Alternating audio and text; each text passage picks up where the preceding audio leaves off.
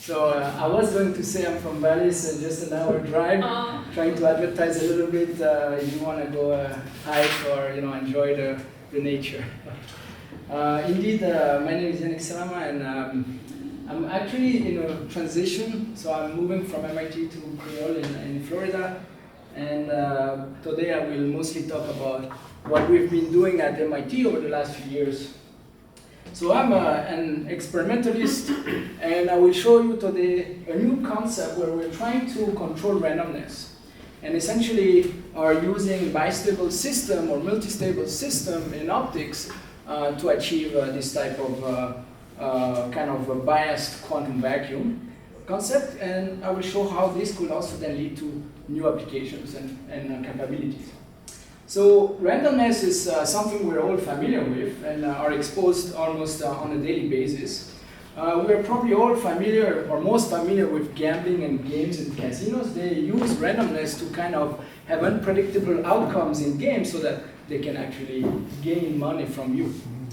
But in other fields like statistics, it's extremely important if you want to sample a population for medical studies, trials, or votings. You need to be able to have an unbiased sample of the population, so random sampling is extremely important. And every day when you open your emails or go into your bank accounts, you will rely on randomness to actually encrypt the information. And so the better the randomness, the better you can encrypt your information. And more recently, computing has gained also a lot of interest for using stochastic processes or randomness in order to come up with new ways to, for example, do optimization or probabilistic learning and so on. And I will show throughout the talk some of these applications. So everything, when we are talking about randomness, we rely on something which is called random number generation. And so this is how we can introduce randomness into a system. And there are different ways to achieve random number generation. One can rely on a computer, digital computer, which is not meant to be random at all. It's actually the complete opposite. But we can have algorithms that can simulate randomness. So of course these are pseudo-random systems, so they're not truly random. And also it requires quite a lot of energy and slows down the speed of this system to just emulate randomness. So there are all another class of systems which are based on natural or physical systems that can produce naturally random events. This can be radioactive decay or just arrival times of photon and so on. And so if one can leverage these systems to produce random number generation, then we can have much more efficient systems. Now, what I'm trying to discuss today and convince you is why and how can we actually control randomness and why it's important. Just a quick spoiler alert.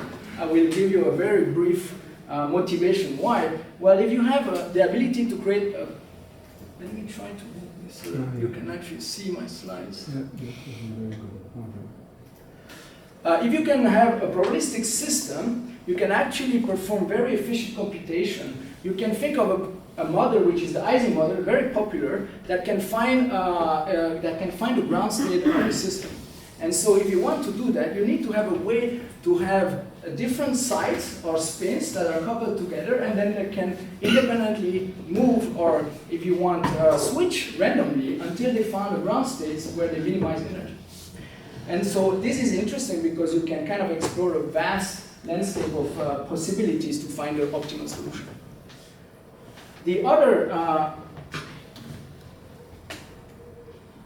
other very interesting property of dealing with probabilistic system is that we can handle uncertainty or noise very efficiently. So if you have incomplete data or missing data, you can actually use probabilistic system to outperform classical system, like you can denoise an image, for example. And there are many different types of applications in the real world that rely on probabilistic systems. All right, so before I'm going to talk about application, let me introduce a new concept where we are calling here biasing the quantum vacuum, but essentially what we're trying to implement is a random system where we can control the probability of the system itself. Because randomness, in principle, you do not control, and it should be unbiased.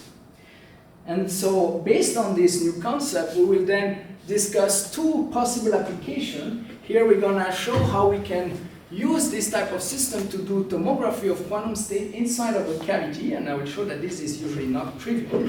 And then we will also discuss some machine learning application where we're going to use probabilities in order to encode uncertainty and also gain statistical information of a neural network.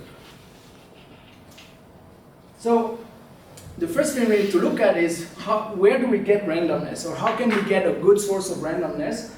Well, we don't have to look very far. If you're working in optics, you can just quantize the electromagnetic field, and then you can see that if you remove any source or any photons, you're left with the ground state. And the ground state is non-zero. It has a certain energy, which is this vacuum field that we are familiar with in quantum field theory.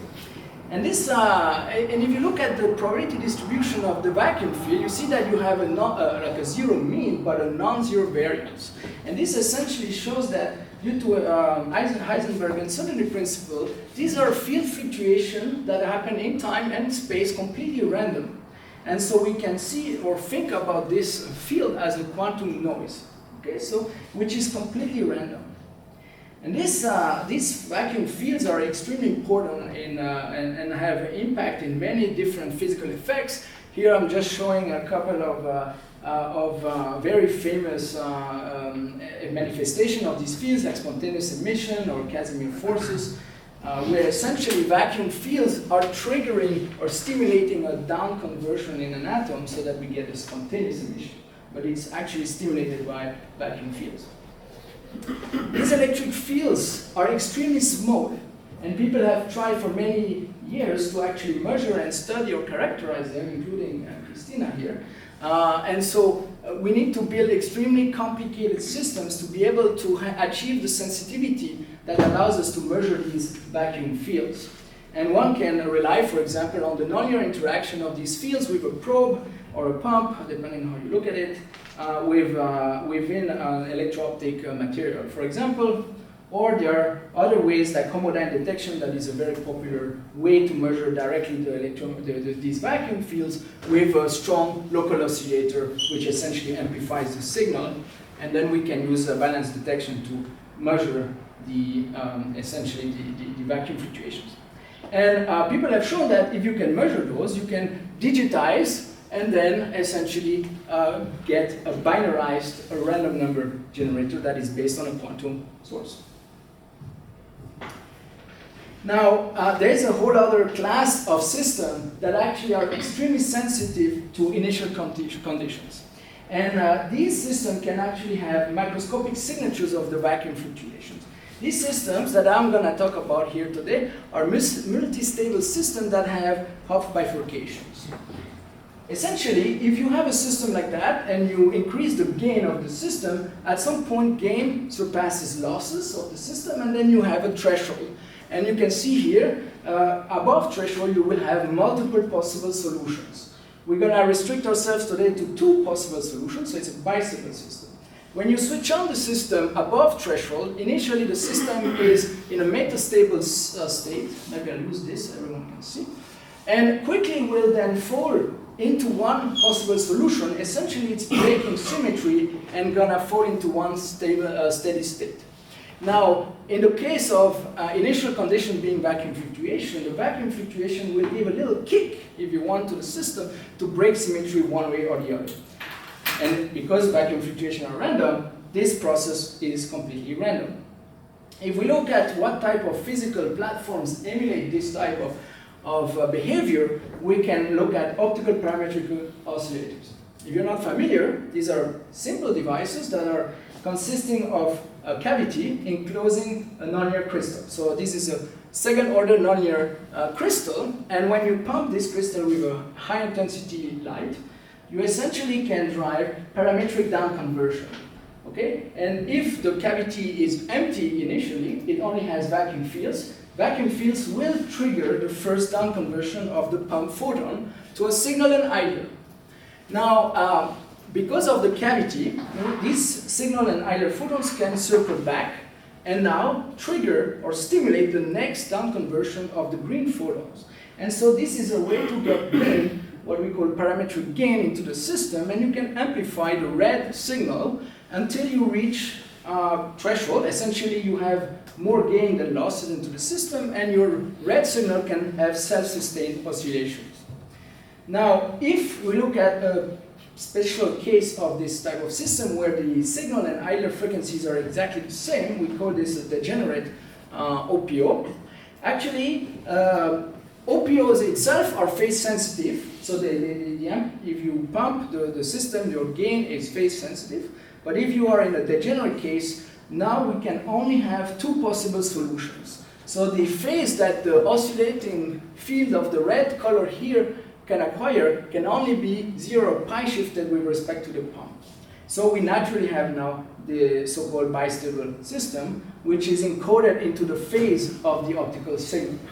So if we switch on and off this system many times, we can actually create independent bits that are completely random. And we can generate a random number generator. And this has been demonstrated already a decade ago. Now, we know we can produce completely random bit streams based on OPO. We also know that if you seed the OPO, so essentially you introduce inside of the cavity, before you introduce gain, you introduce a signal with a known phase, a coherent signal, then you can deterministically create an oscillation that always has the same phase. And so we were interested in seeing if there is a regime where you can operate the OPO in between, essentially retaining the complete stochasticity of the system, but where you can control the outcome or the probability of the outcome. Let me try to show you here how we do this. So essentially, if the system is unbiased, you generate oscillating fields in the cavity, and as we said, the system is seeded by vacuum fluctuation, which are completely random, and then we'll pick randomly one of the possible solutions. But if we introduce now a small perturbation to the initial condition, which is labeled here vacuum level bias field, so this is a bias field, a coherent signal, but that is on the order of the vacuum signal. So you can think this is extremely small field. So if you introduce this perturbation, you can shift or kind of introduce a small offset into the initial condition, and this will trigger or shift slightly the probability that the system will fall within a given state. This is interesting because now we still have some kind of probability to be in one or the other state. So it's not a seeded system, seeded as in like deterministic. And we developed some stochastic differential model, or equations to kind of look at the OPO systems. You can see here that if you have no bias that is introduced, I forgot to put, so here this would be -1 and 1, which encodes the kind of state. You can see that when you pump, the system initially has 0 field amplitude, will then quickly go into either the blue mode or the red mode. And here we simulate roughly 5,000 amplitude trajectories, and you can see that they have an equal distribution between the two colors. But if you start to introduce a small perturbation of the bias field, now you see that you slightly favor one color, which is the blue, and the more you increase the bias, the more you favor one state. And you can create now a bias probability relationship where you can see that you can go from a deterministic state, let's say 1, and you can go continuously to the other state by just changing the bias field amplitude, which is on the order of a single photon or alpha photon in average. So with this in mind, we set ourselves to build a system in the lab to actually prove this concept, and we spent a couple of years to build this system, which consists of an optical cavity. You can see here, this is a bow tie configuration of an optical cavity with a nonlinear crystal in the middle. We're using a femtosecond pump source at 780, to pump the system or the non-Young crystal, and then we'll have oscillations at half the frequency, at 1560 nanometer, that will start to emerge in the cavity. And so we can then use homodyne detection. We leak out a small portion of the signal, OPO signal, which we interfere with a local oscillator, which is a reference signal that is phase locked to the pump. And so we can measure now, each time we switch on the system, we can measure what is the state that the system fell in. Okay? And so by then switching off the system again, let it go back to the ground state, and switching on, we can measure the next independent bit, and then we can do statistics of the system. We also have a bias control line. This allows us to control the perturbation that we introduce into the cavity. So it's important we can not only control polarization, but especially the amplitude of the system. So you can think this is, again, this signal essentially is derived from the pump, and so it's an extremely high intensity power. So we need to attenuate by about 120 dB. Okay, so if you know what this means, it's not. And then at the end, we can also control the temporal delay of the bias with respect to the pump. Just a couple of numbers here. So we're modulating the system at 10 kilohertz. This is simply limited by the cavity lifetime. So we need to, each time we switch off the system, we need to wait until the system is back in ground state, and so we can initiate the next sample. But we did confirm that the system was completely random by taking a 200 megabit sequence of bits. And then we ran it with the NIST.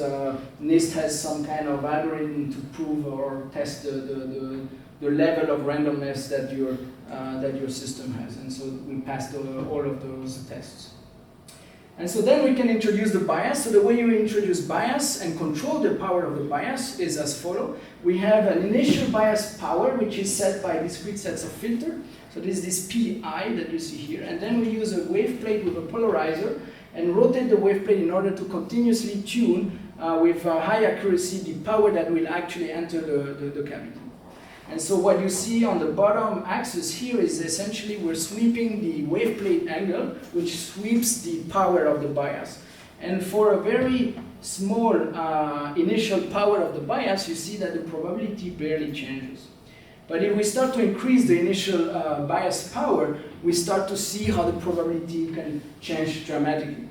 And if you look at the brown curve here, you see that initially the system can be in a complete saturation where we have a fully deterministic system for one state. But when we lower the power, we then start to enter this probabilistic regime where we essentially can go back to pure randomness and then go to the next or the other state. By the way, if you have questions, feel free to interrupt. It's better to just address those while I have on the slides. Here are just a couple of screenshots of time or bit sequences that we measure. You can see going from essentially almost a random system to kind of more like deterministic in the bottom here, where you can see that all the bits have the same sign. So until now, everything was done in the scenario where the bias and the pump are aligned in time. So only changing the amplitude of the bias. But what we were interested in seeing also what happens if you start to change the temporal delay between the bias and the pump, and something very interesting emerged. And this is a very old data. You can see it's kind of this raw plot that you just take from the lab. But what we saw is that you actually starts to get oscillations in the probability distribution. And this actually is because we are sensitive to the electric field of the optical bias field, not to the intensity of it. And so essentially by sweeping the temporal delay, you are reconstructing the temporal profile or optical field of the bias signal. That's very interesting, and then we were like, okay, well, we can kind of reverse the protocol where we measure the probability and we can recover what was the bias signal. So essentially, we can use it to measure extremely weak, small electric fields. Here is an example of this where we measure the probability as a function of time. So you can see the blue curve is the raw probability that is measured, so we do statistics for each single point, and then we can reconstruct the electric field. And we see that if we fit the electric field, we can fit the oscillation of the optical signal, so that we get the wavelength, and then we can also fit the envelope, so we get the pulse duration. And keep in mind that these are signals that are sub-photon level, so this is essentially the mean number of photons per pulse is below 1, okay? But we're measuring electric fields, so it doesn't matter if there is a photon or not, right? It's electric fields that we're measuring. And by looking at the fitted data, we can recover in the property that is shown here that fits very well with the laser specs from the company. So let's look at a little bit why or how does the probability gets defined in the system.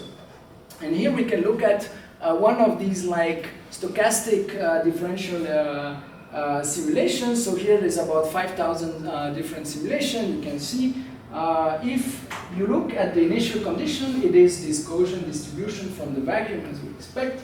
But very quickly, what we see is that when we have introduced this bias, what happens is that not only you get gain, so you amplify, of course, the system, the signal, but you have a shift, a displacement of the mean of the probability distribution of your initial state.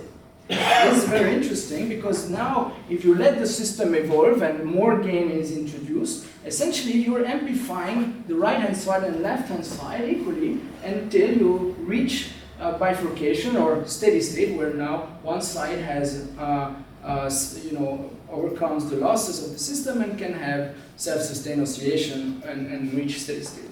And so, essentially, what we see here is that the steady state probability distribution is mostly defined by the early dynamics of the system, and the gain doesn't have an impact into the probability that we see in steady state. And this is very interesting, because essentially it allows us to build some statistical model where we can say, okay, now we have an initial condition, which is this Gaussian distribution here. We introduce a bias, which is simply a displacement of this state. And then we can take the overlap integral, for example, here the blue area, to get what is the probability distribution of this, the probability of getting this state in the steady state. And I will show you in the second part of my talk how this exact discovery leads to very interesting new capabilities for quantum tomography. So one more thing I want to show is now, knowing this, we can actually plot the exact same data I showed you earlier, but as a function of the photon per pulse, or the color scheme here shows the vacuum level. So this is the normalized vacuum level. And you can see that essentially, if we compare the series, which is just ab initio series, there is no fitting here, matches perfectly well with our data.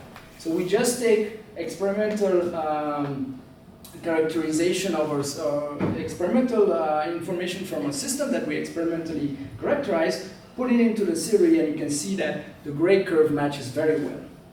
And so from this, we can essentially then think back about this little statistical model that we were thinking, and so we can essentially see this blue curve as the cumulative distribution that we measure, all right? So if we are able to actually measure the cumulative distribution, we can recover the probability distribution of the wave function or the state inside a cavity by simply taking the derivative of this.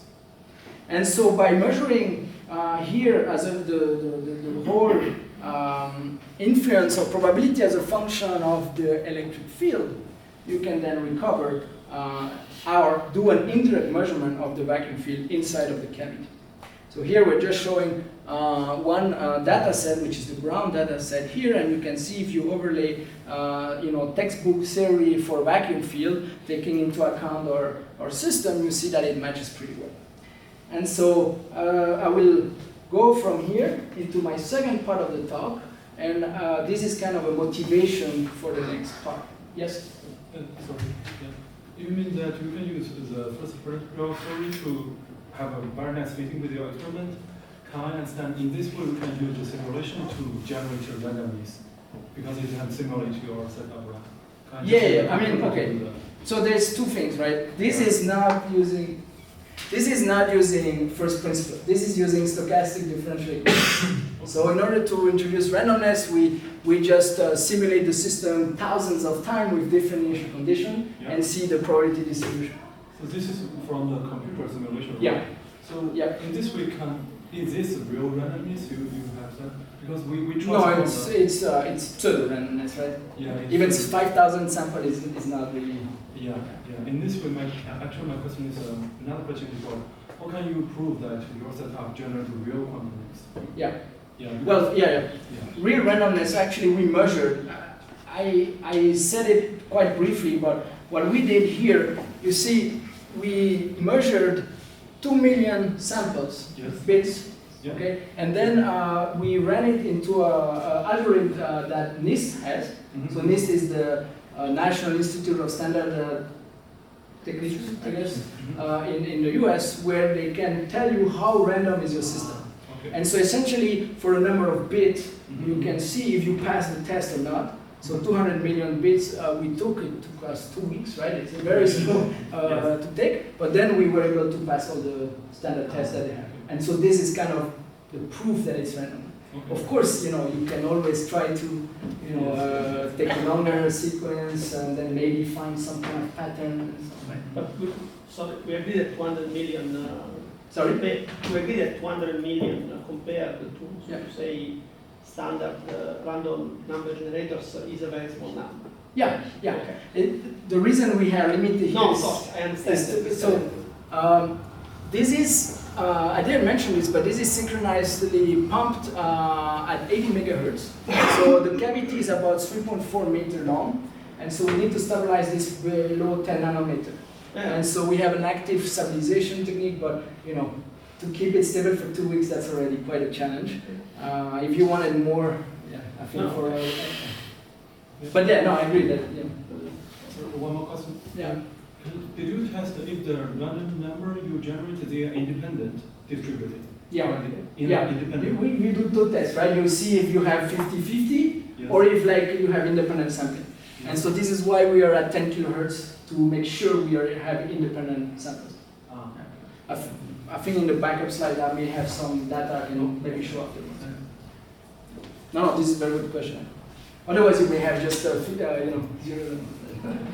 But I think from here you can kind of see, right, that it's not the case. Any other question? Maybe I can answer. So the first question: if you just generate pseudo number or pseudo random number with the computer and you pass to the NIST test, they will fail. I think this pseudo number will not fail probably until a certain sequence length, right? Okay. And so if you test, let's say in communication, you want to test how good your system is, so you count errors, you send a random sequence, but they use pseudo-random, right? And so they can only say it's good up to that point because the length of the random sequence is limited. Okay. If you had a purely random system, you could in principle do much more accurate tests. But I think for a practical application, that's still okay. The second question, then, do I understand it correctly? You're sending a coherent tone that is much smaller than, or much less than 1/4 on average. Yeah. So basically, you're just when you increase the power, you're just probing the phase between 0 and 1. Yeah. So it's you will have basically some probably you have a coherent state where you have 0 plus 1 with some probability in front. You're just measuring the ratio of the coefficient in front. Yeah, you can see a little bit here. I tried to visualize this, right? Essentially, introducing this coherent state lifts up the random sampling, but you see some of the field still crosses the 0, right? So you have sometimes, if you sample here, you will have the negative phase. If you're here, you have positive. So in average, you have more positive phase than the other. So this is kind of what it does. Yeah? I feel that you are kind of measuring some quadrature of the field by using. Yeah, here we only measure one quadrature. Yeah. Do you have some nice model to simulate this The next few slides will show where we go into tomography, where we try to measure the whole state, right? So here, because I mentioned, right, this is all phase-sensitive amplification, so we just, we amplify one way, it collapses in one side, we just measure that, right? We don't change the localizer or any of that. But in the few slides that will come, you will see we are trying to actually see how the states evolve, actually not only in one corrector, but the other one. So, right? This is how you get squeezing. Right? So maybe I'll show first and we can discuss if you have more questions.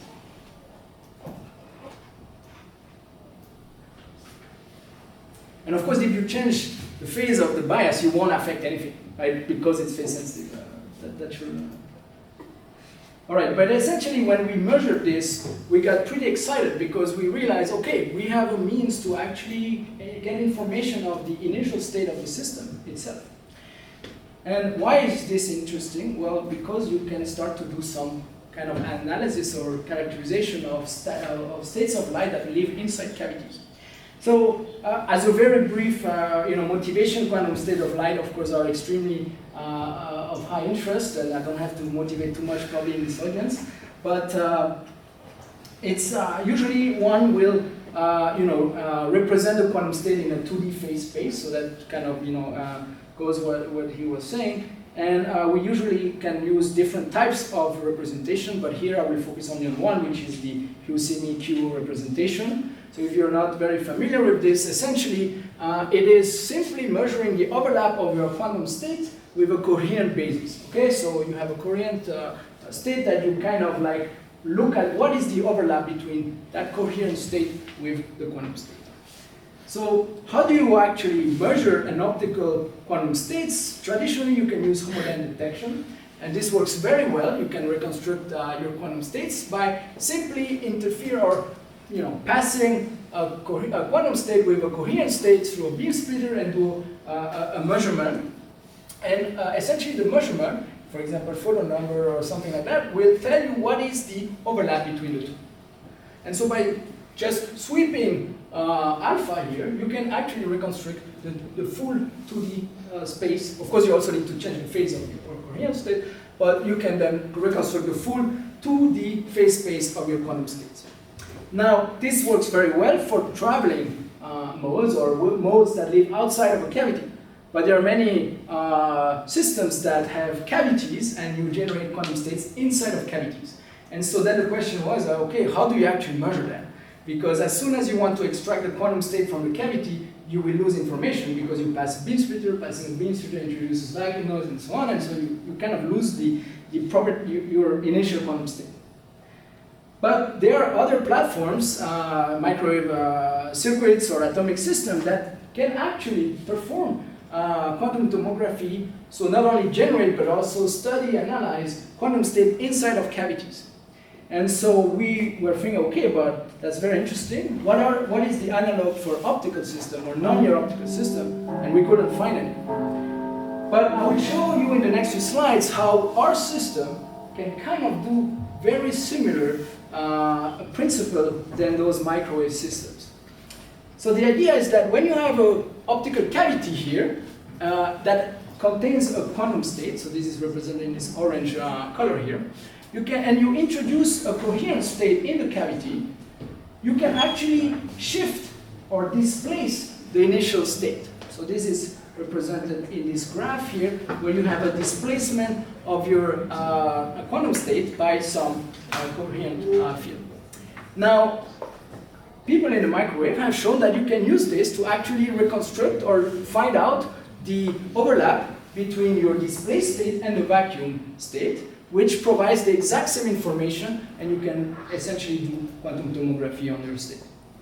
And so if you remember a couple of slides ago, I showed you pretty much a very similar plot. What we had was the initial state, which was the vacuum state, and then we introduced this bias, or coherent state, that displaced the initial state. And so that's very interesting because we immediately jumped to the idea that, okay, can we actually also try to reconstruct different types of states, not only the initial state, but different type of quantum states. And so you can, if you remember here, right, we had this displaced state, and then what we can measure is the probability of the state being in, the system is being in one state by simply knowing that this is the cumulative distribution, this kind of overlap integral of one side of the beam. And after the system has been amplified, so we need to, of course, introduce gain, measure the signal, we can measure the steady state probability distribution, which can be mapped back to the cumulative distribution of the state inside a cavity. So this is what we've already done. And so by simply sweeping now this kind of bias of coherent state, you can see the analogy where you can reconstruct here a sensitivity analysis of a system to the perturbation. You can imagine you have a cavity with a quantum state inside, you shake it a little bit and you see what happens. And if you can relate what happens to what's inside, then you can measure your quantum state without perturbing it. And this is exactly what we're doing here. Because we know this is the cumulative distribution, we only need to take the derivative in order to recover what was inside of the cavity. And so essentially, we can recover the initial state. We can also rotate the pump phase in order to measure different quadratures. So this relates to the idea that this is phase sensitive. And so if you rotate the pump, you can actually be sensitive to different quadrature. And in principle, you can reconstruct the full quantum state. I'm going to go over it again, because this is maybe not easy to follow if it's the first time you're here. We have an initial state. We introduce a displacement with our coherent bias. And then we measure the cumulative distribution by simply looking at the probability of the state that we get. And so we can do this, is the measurement that we get, which is this sensitivity curve. And then we can simply take the derivative to recover the marginal distribution, which is the distribution of your initial state. We also need to do a mapping between the bias field that we inject to the actual field inside of the cavity. For this, we can just do a quick analysis of the parametric oscillator that is depicted here in this expression. Don't need to go too much in detail, but you have essentially gain, noise, bias field, and also this nonlinear term. We are mainly concerned about the early dynamics of the system, as I showed you in a few slides, so we can drop this slide, this term, and essentially recover a condition to map the bias field and the intracavity field. Here, I restricted to one quadrature, so the X quadrature, but you can do that for both quadratures. Sorry? Yeah. So is this is valid for a single mode? So if you would have just you have a single mode. This is for one mode, yeah. Okay. But you could think of doing that for multiple, but you will have to probably increase the system complexity a little bit. Yeah. Exactly what I wanted to ask. Yeah. You model your measurement to convert continuous variable to binary. So how correct this model is? How is the model correct? How correct is the model?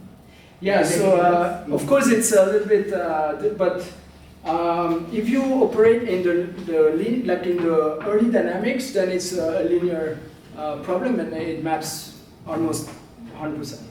Right? Because you don't. If you start to look at high gain, then it breaks down, right? Because then you have to account for the gain term here. But there are still ways that you can take into account this.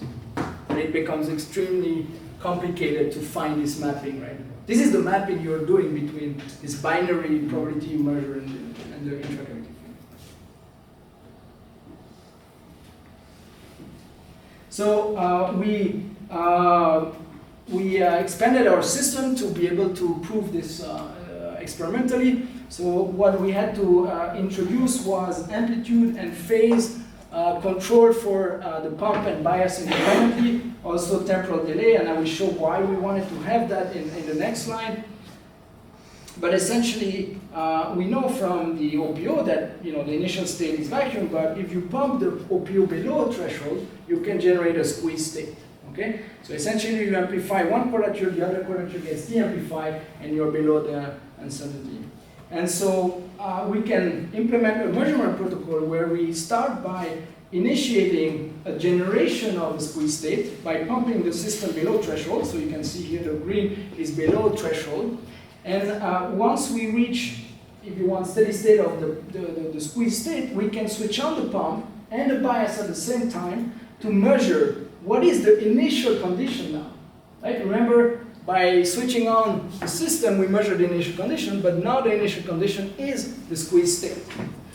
And so we can do this, where we measure for different bias, so essentially sweeping the coherent state and measure the impact on the system. We can then plot it into, so taking the derivative to get it into the proper basis. And then if we plot it in 2 dimensions, so we can sweep different angle to measure the full 2-dimensional space, we see that we have measured the squeeze state. So here the white circle is the standard deviation of the vacuum. So we also measure the vacuum state first and then move to the squeeze state so that we can compare. And then we see that the white circle is larger for the Y quadrature compared to the squeeze state that we measured. So the other, do I still have time? Okay. So the other thing we can do, and that we were quite excited, is that we can, in principle, we can change the time in which we introduce the bias. That means we can change the probing time or the state of the system at which we probe. And so essentially, if we now pump the system above threshold, we know it will undergo some dynamics and end up in a steady state. And this is kind of the dynamics that we shown earlier already. And so what I will try to show you is that we can measure the early dynamics where we see that we go from the vacuum state to a phase-sensitive amplification of 1 quadrature. We are hoping that we can actually go all the way to the bifurcation and try to study, kind of some quantum classical transitions. So this is kind of my work, what I'm hoping to achieve later on. But today I'm only able to show you the very early dynamics of the system. And so for the protocol, again, we have the initial state, and then we pump. The system undergoes a gain of dynamics, and then we can introduce the bias at the time where we want to probe the system and do the reconstruction. And so essentially what we expect to see, here I'm just showing you some numerical analysis at different time snapshots where you see that the Y or the X quadrature amplifies. Okay.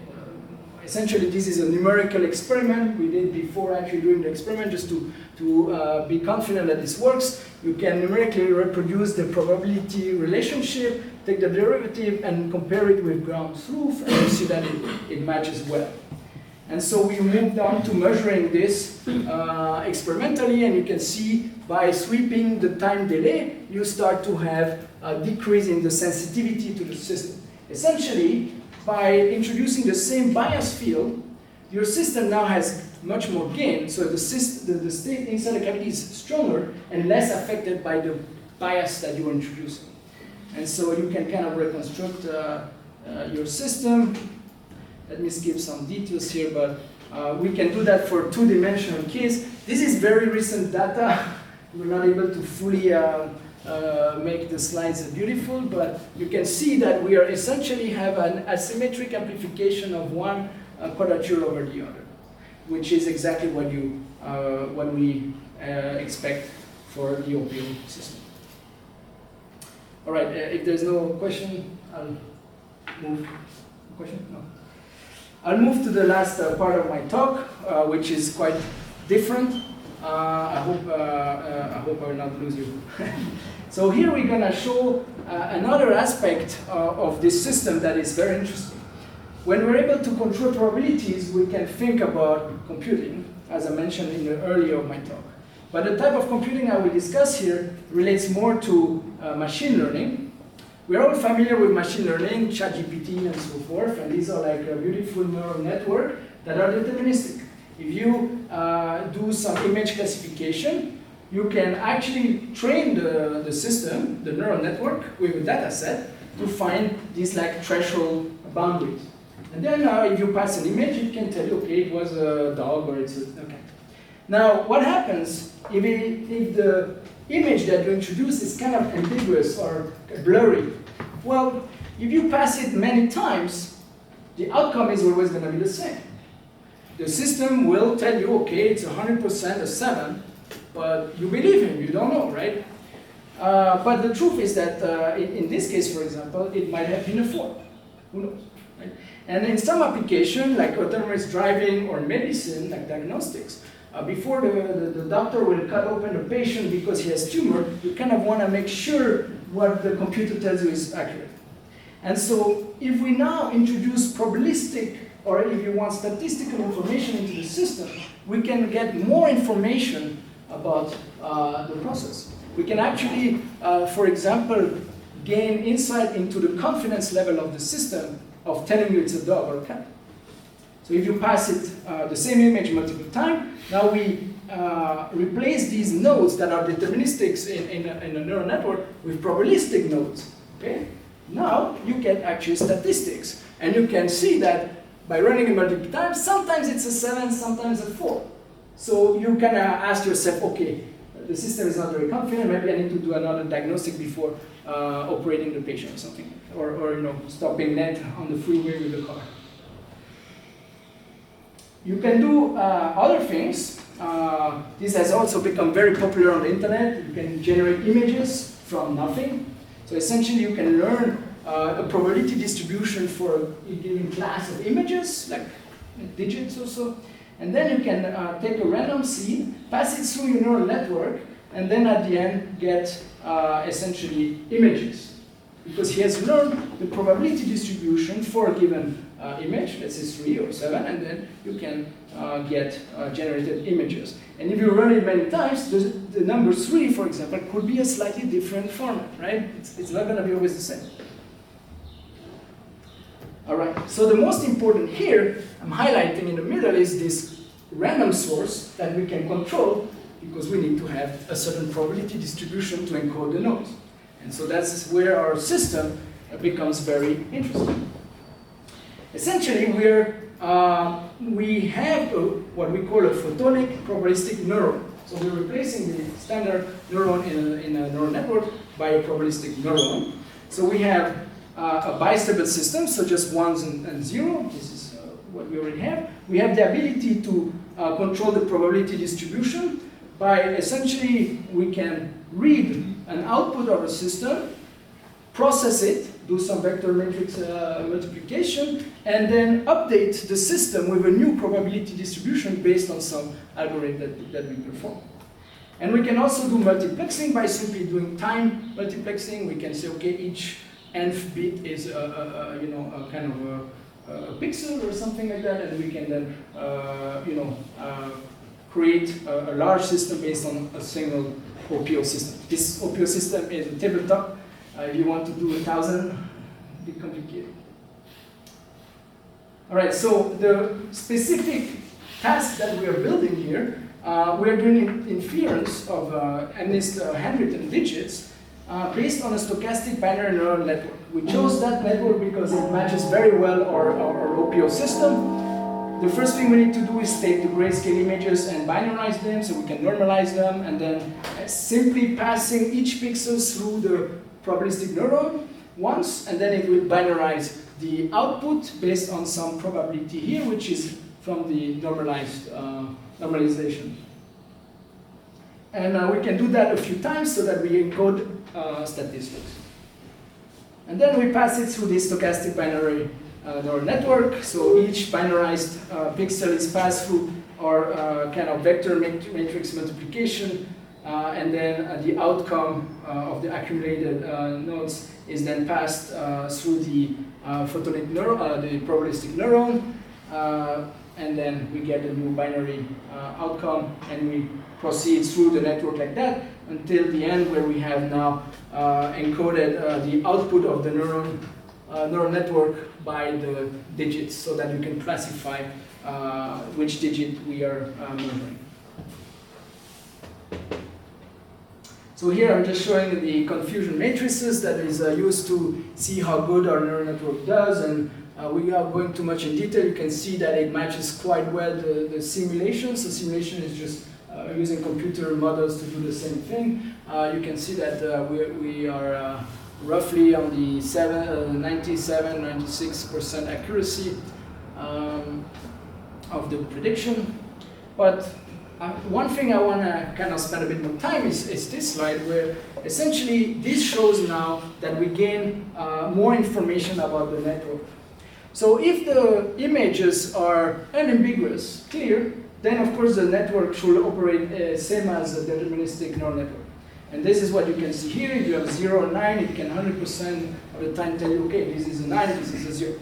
But if you have an image now, like this image, that is not very clear what it is, the network will actually tell you, if you run this 10 times, you can see that it has now very broad distribution. Okay, it can, some of the time be 3, some of the time 5, with very broad distribution. So there, you should pay attention and think, okay, this image is not clear, and the system is not, has not a high confidence level of being a 5 or 3. It can even do worse, where you can be classifying this as a 2 or a 7, or think it's a 7, but it's actually a 2. But you see, again, the distribution is very broad, so the alarm should go off and say, okay, this is probably not accurate. So, I mentioned also image generation, so we can start from vacuum, which is a purely random seed, and we can learn the probability distribution. And so then, essentially, by just passing each pixel through the probabilistic neurons, we can reconstruct each pixel step by step, and at the end, we can generate a bunch of handwritten images, as you can see here, and I hope you can actually recognize some of them.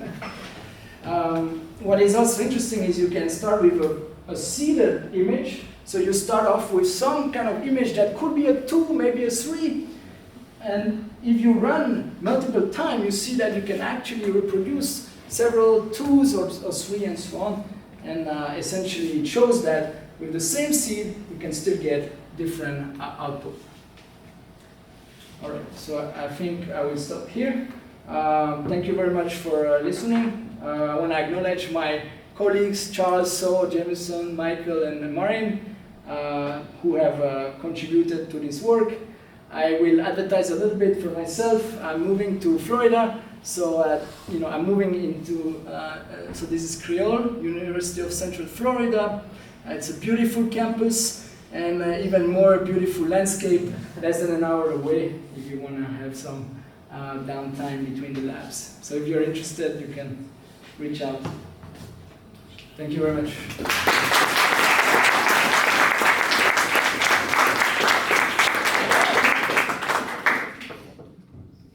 Yeah. So if I have questions for both parts. So the first part is if this system, if the goal is to do quantum tomography, so tomography of optical fields, then of course this is quite. I mean, it's an important advance. But in the spirit of random number generator, there are a lot of proposals out there. Here we have at 60 kilometers the random number generator by IDE Quantique and so on. So. Is it really worth to use all these effort to generate random numbers? Depends. Do you need binarized number? Here you get naturally binarized number, right? Because it's a bistable state.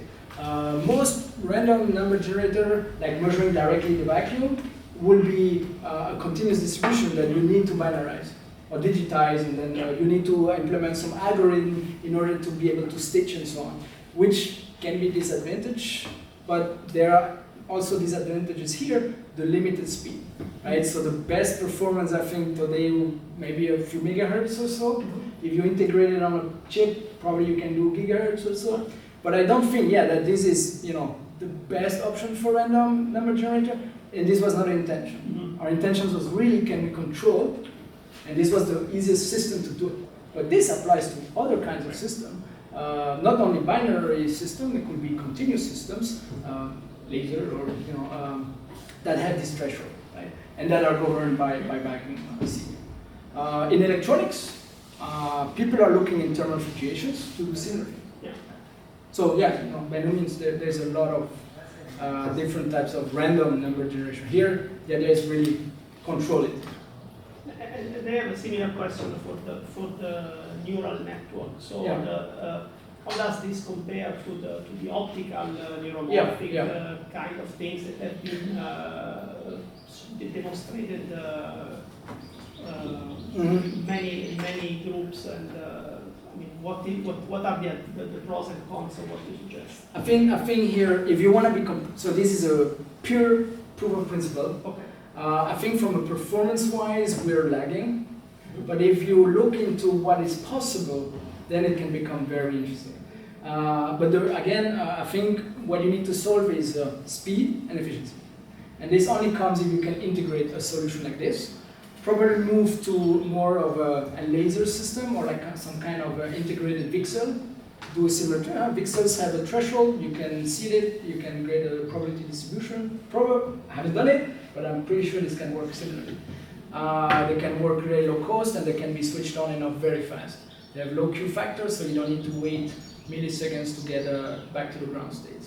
If you can, we did some predictions, so if you can do this, you can operate in the gigahertz regime and that low power, so like a few femtojoules per Mac per operation. That becomes to be very interesting or competitive with other platforms.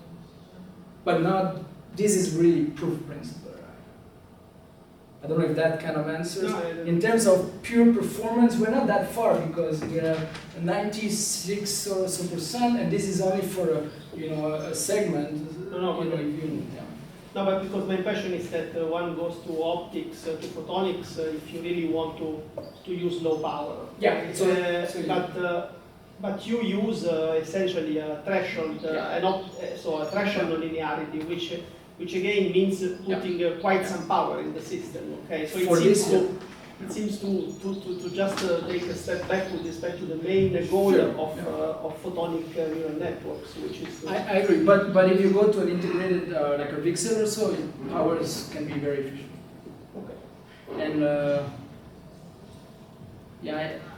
I don't think I have maybe I have some. Yeah, okay, I mean, it doesn't show details, but this paper is going to appear very soon online, and you can find all the calculation in the supplement, where we can show that we get about a factor 100 improvement compared to other platforms.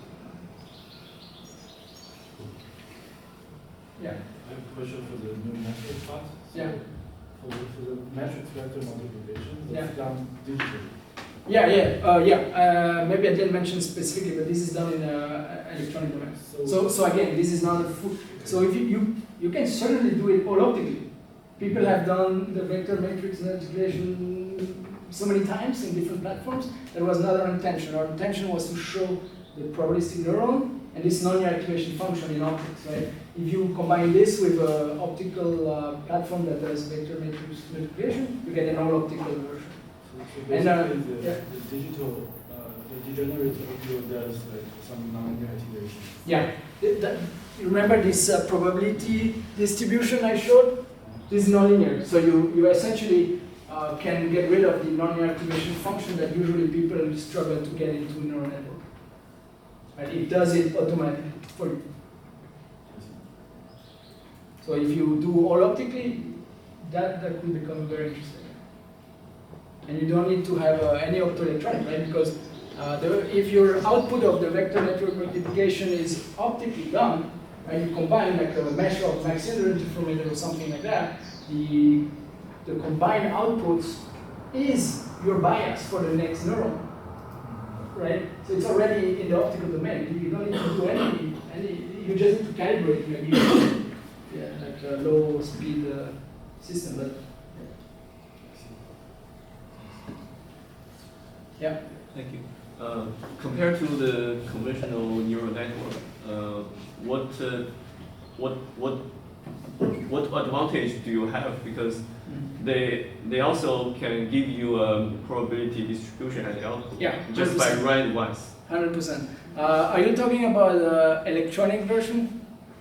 Yes, just right? conventional. Yeah. CNN. But so the advantage is if you have a classical computer to do this, right? You need to simulate randomness.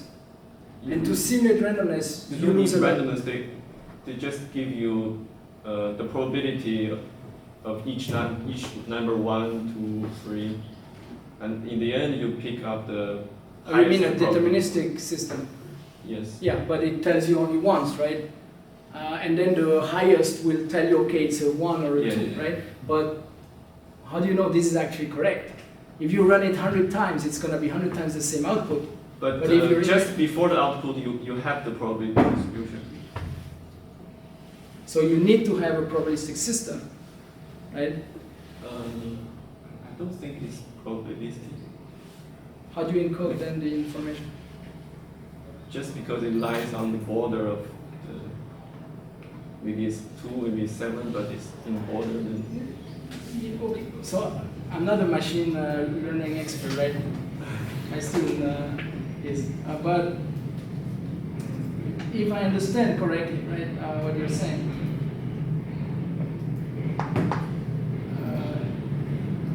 maybe here. So if you pass your image through the network, right, you get some output like this, right? Just one of the image, which says, oh, it's like 7, but also a little bit 4, right? Is that what you're saying? So conventionally, they can give you, for example, 49% 4, 51% 7. Yeah, this is what I'm saying here, right? Yeah. The first image there, the red, right? It shows 90% it's 7 and 1% or 10% 4. That's what you're saying, right? Yeah, but this is a deterministic. Yeah, process. it is. Yeah. But if you run it again, the deterministic system will always tell you the same. Yes. Here, not. So if your image is blurry or bad, it will show up by running many times. The average ensemble will be giving you the true result, right?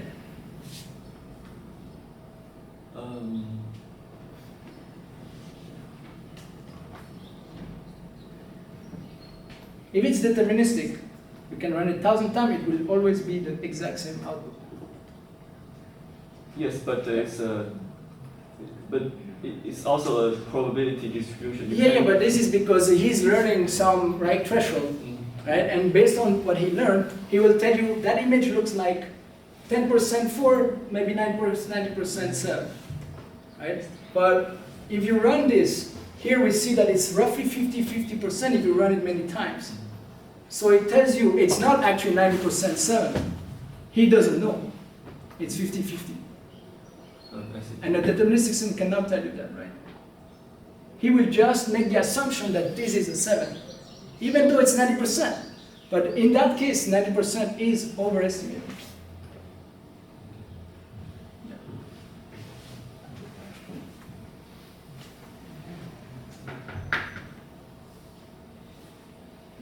We can talk more. Thank you. Okay, so if there's no more questions, let's